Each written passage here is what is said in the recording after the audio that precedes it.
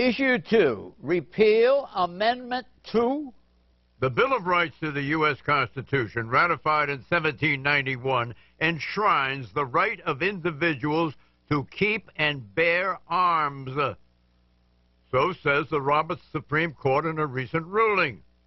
The origin of the Second Amendment dates to the first battle of the American Revolution. English troops were on their way to Concord, Massachusetts, where they would seize the colonists' arms and ammunition. In 1775, they were ambushed at Lexington, 7 miles from Concord, by the so-called Minutemen. The Second Amendment of the U.S. Constitution, 1791, was drafted by James Madison, who later became our 4th president and was modeled on existing state precedents. Quote, "A well-regulated militia being necessary to the security of a free state, the right of the people to keep and bear arms shall not be infringed," unquote.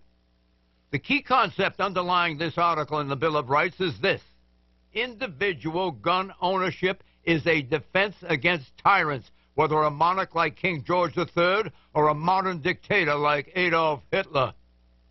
That right, says the Supreme Court, can be subject to reasonable regulation, but cannot be done away with altogether. So, to repeal the constitutional right to keep and bear arms requires, obviously, amending the U.S. Constitution, which is an elaborate and costly process. Either a new national constitutional convention or approval of the proposed emendation by 2/3 of state legislatures. Arguments in favor of repealing the Second Amendment include banning private firearm ownership to prevent atrocities like the Newtown murders, and trusting authorities and the rule of law to safeguard our security and liberties instead of armed citizens. Question: if the U.S. Constitution were being drafted today, would it be a good idea or a bad idea to exclude the Second Amendment? Tim Carney.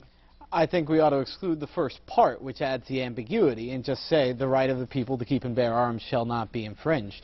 That taking away guns from Americans would not keep us safer from gun violence. There have been many academic studies by this. There was a Harvard Journal of Policy and Law, something like that. National Academies of Sciences went and looked to try to find, do stricter gun laws have an effect on gun ownership? No. On gun crime? No. Even gun ownership doesn't have a direct effect on gun crime. I'm sure I could match surveys with you, and I think that's kind of a pointless exercise. But nobody is talking about, amending the Second Amendment or repealing it or anything like that.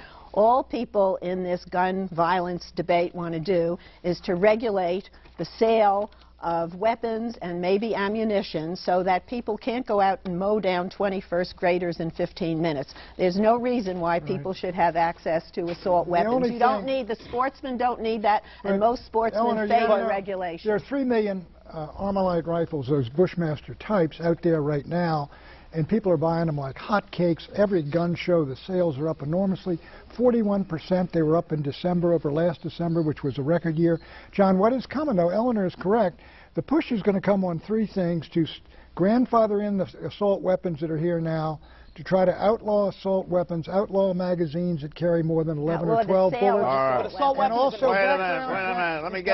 Let me get this in there. With no Second Amendment, Congress could pass a law as limited as this: banning assault rifles, or as sweeping as prohibiting all private firearm ownership and requiring the surrender of all privately held firearms. There could be no appeal. There would be a revolution in this country. Baloney. That doesn't mean you can't own one, but you have to put it in first and then go in and try to... 270 million guns in this country right now, John, and they're adding to them at the rate of about 16 million a year. Assault weapons. Everything else that has been proposed is filled with loopholes, and it does not solve the problem. The assault weapon ban is meaningless. The term assault weapon just means scary-looking guns. Because you can't fix everything doesn't mean you shouldn't do anything. That's what I just proposed doing. Registering guns. At least contemplating it. Right. Licensing people to use them, putting identification on guns like the number on your car vehicle so you can identify who owns them. Have only the owner can use it. If I lose my iPad, nobody else can use it. If I had a gun, which I obviously don't, Tim could come in and use it and Politicians are put there to give you the idea that you have freedom of choice. You don't. You have no choice. You have owners.